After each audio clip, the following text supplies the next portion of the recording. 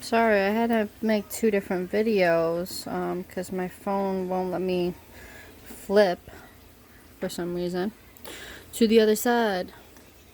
So there, if you're new to sewing, there's a little lever back here that releases your pressure foot back here, and then you have your up and down of your pressure foot. So you put your pressure foot in there by like press it in or just slam this down. Hopefully it goes in. Don't break your machine. So here's my 1/4 measurements, or my 2/8 as it's listed. And what I do is I just take my piece of fabric and I roll it in there. So I don't know if you can see that, but see how the top is rolled pretty good. Have yourself some handy dandy tweezers. Kind of flatten it out. See how it's like rolled inside there? That's what it does. That's what that pressure foot does. So make it nice and squish it. Nice and flat. Lift your pressure foot, put it underneath. You want it past that part right there so it doesn't go into your machine. I also make sure that it's on a different measurement here. Sorry, you're a little crooked. So I go to the middle line here with the two lines. It's that way it backs up. So the single dot means it just stays. It won't back up on your machine. This allows you to back up, and it's in the middle. So what that did was it moved that needle to the middle position.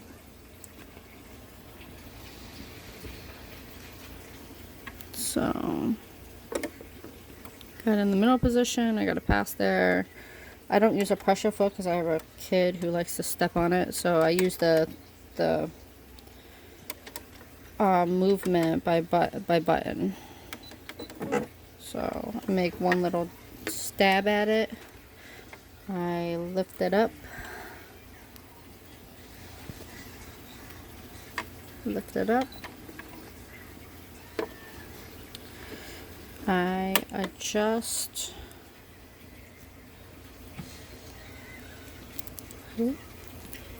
Sorry, I'm moving you all over the place.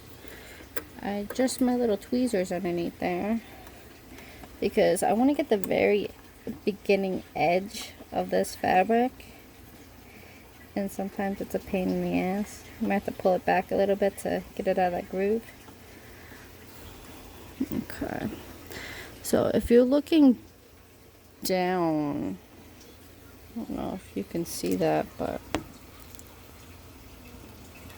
you're looking down into this hole right here, you see your tweezers. You want to make sure your tweezers are far enough back. See how like you can kind of see them? See my tweezer there? You want it far enough back because when this needle comes down, you don't want it to hit your tweezers. You will break your needle. So you're just clipping the very tip pretty much on the other side of the fabric just to hold it in place. And then we're going to put the foot down. So it's right on top of your tweezers, and your tweezers are far back where you don't see them inside that hole at all. That hole right there where your needle goes in. Don't ever put your fingers in underneath the needle. I'm just fixing the roll here. So there we go. That's good. We're gonna press down and stab the fabric just by pressing the little this button here, just to stab the fabric a little bit. Okay, so and then we're going to sew again.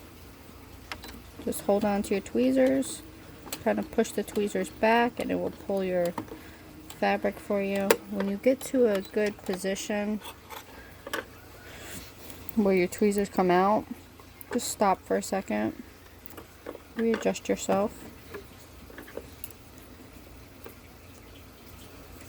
and then I like to hold this area because it's such thin fabric. It likes to unravel itself, which is a pain in the ass.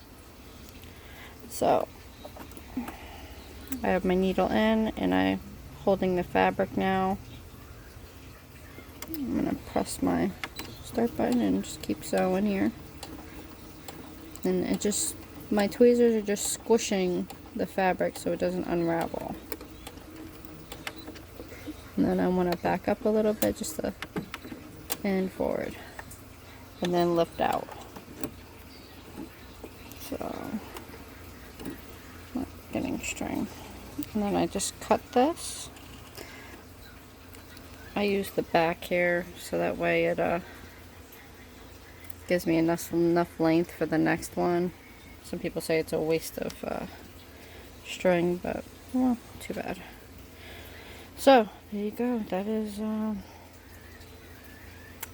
the rolled hem method. See how like it just rolled right in there, huh?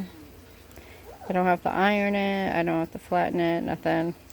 And then I just cut this extra string here. And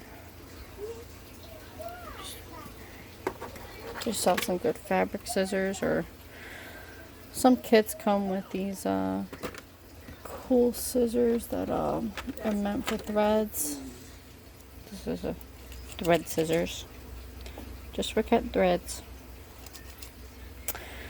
So that is how I do my hems. And what you would see is just this part.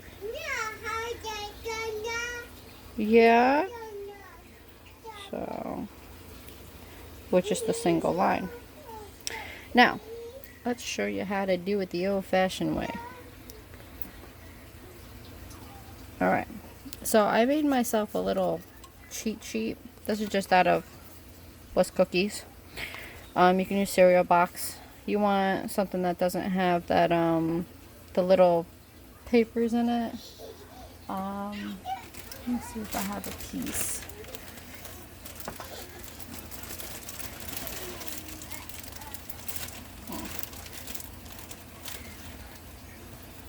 Like, you can use this, but this is just regular cardboard, but it has, I don't think the camera's gonna let me see it. There we go, a little bit. No. Oh, there you go. See that? Oh, the light adjusted.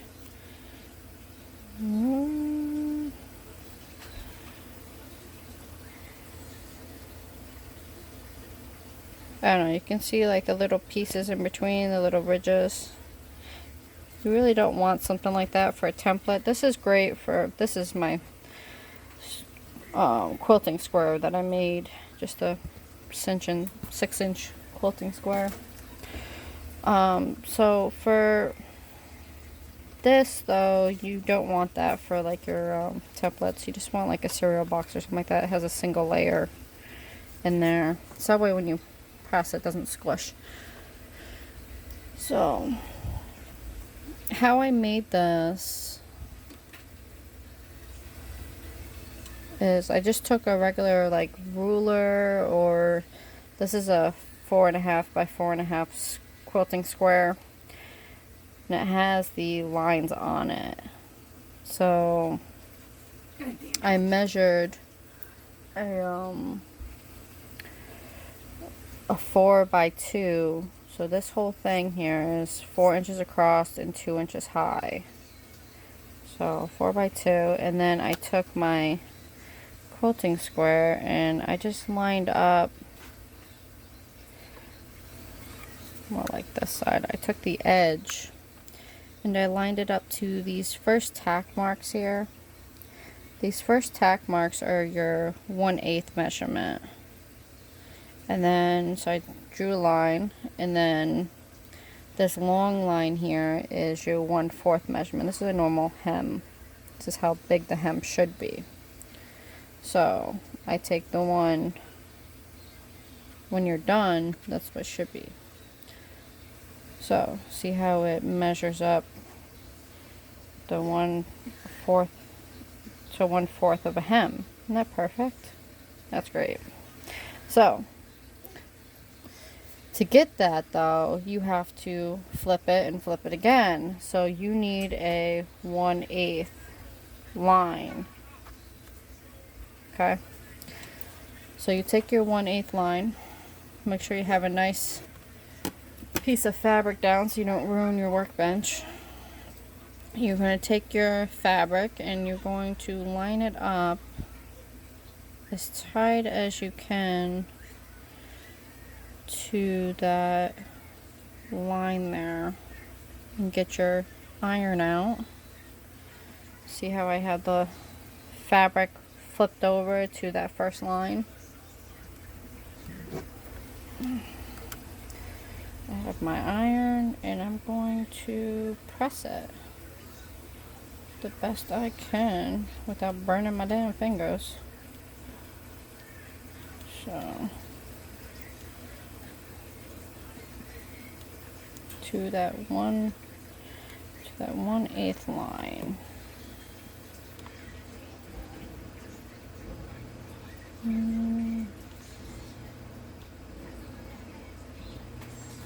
I have mine on low setting so I don't burn too much. I already burnt myself today. So I have that 1/8 line. See how that does that? That's why we make this. And then we're going to do it again with that edge.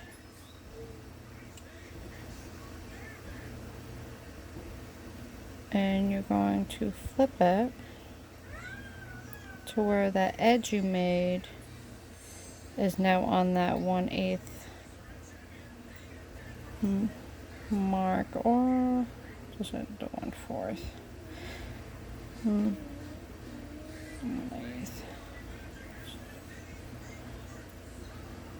Might be the 1/4 mark. There we go. Yeah.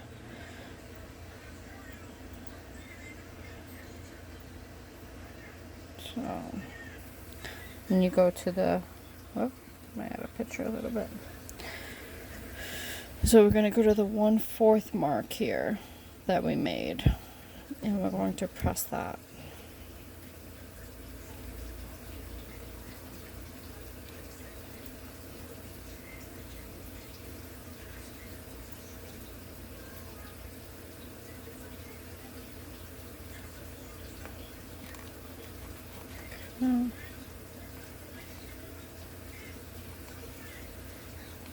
Okay. Now we have everything pressed, and it looks like a little sandwich. Let me see if I can get it to adjust. There you go. See a little sandwich in there? Little rolled sandwich. That's basically what the machine did, or the hammer foot that I did. Just did that without having to use the iron. So we go over to our machine, and you don't have a foot like that. You just have a regular pressure foot. That every machine comes with one of these. Regular pressure foot. You take your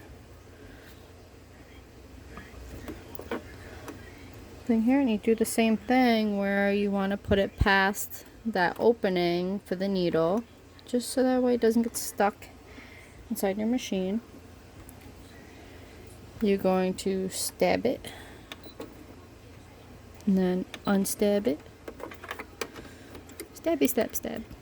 You're going to take your tweezers like I did before. You're going to move them past that hole, so when the needle comes down, your tweezers are not anywhere where the needle can hit them. You will break your needle. So you want them back far enough so it just holds the fabric, but not where the needle can hit.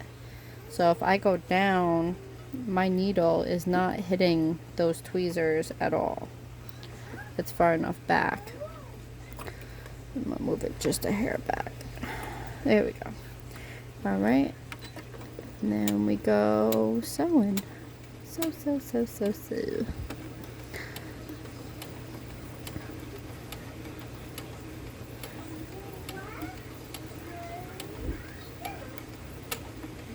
Nice and slow. And then you just press back one and forward. Oh, step. Stop going. Alright, and then there we go. And we pull and we cut off. Now,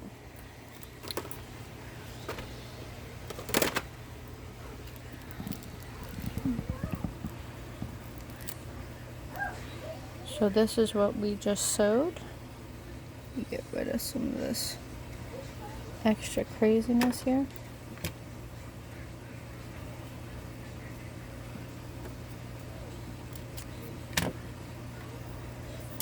Okay.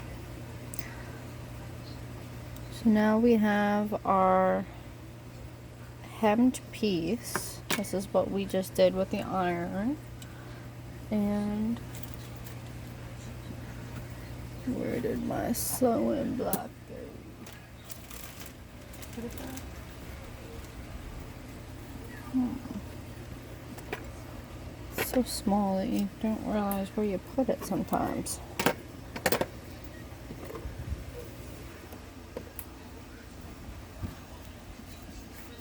Oh, there it is. Let's see through too.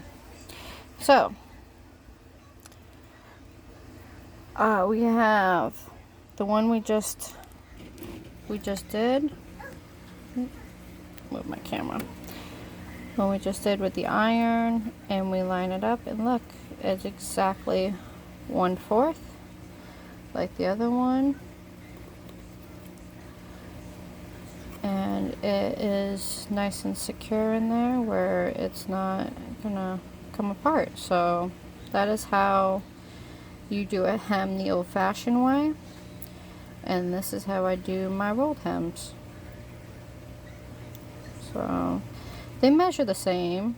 They work the same. Sometimes mine are a little wonky because I don't iron. I just go along with it. You see how it's straight and then it bows a little bit. This one will not bow because you pressed it. But nobody's going to see the inside anyways. So as long as it's secure, it's good. This is your nose part, by the way. I'll make it into a nose part where the wire goes in. Alright, so that is how you hem. You can either do the rolled foot method with the fancy feet by buying a set.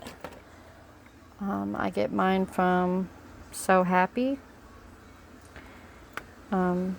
See, even they tell you to iron, I think, on the back here. I don't. I just put it through there.